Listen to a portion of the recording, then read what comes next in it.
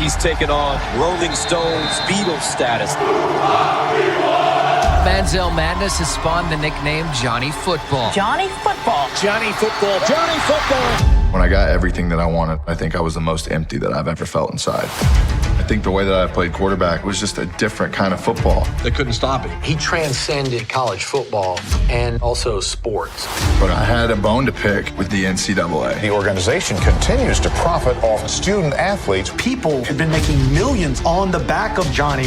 I remember this guy comes up to me and he's like, hey, I've got 30 grand for you to sign autographs. And once that happened for the first time, it was like game on.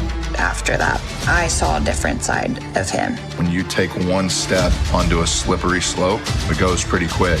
You have to be careful heaping too much expectations on a young man.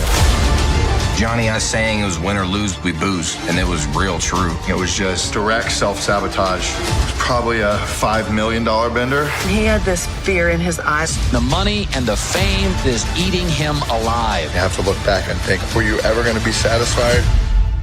Was enough ever enough?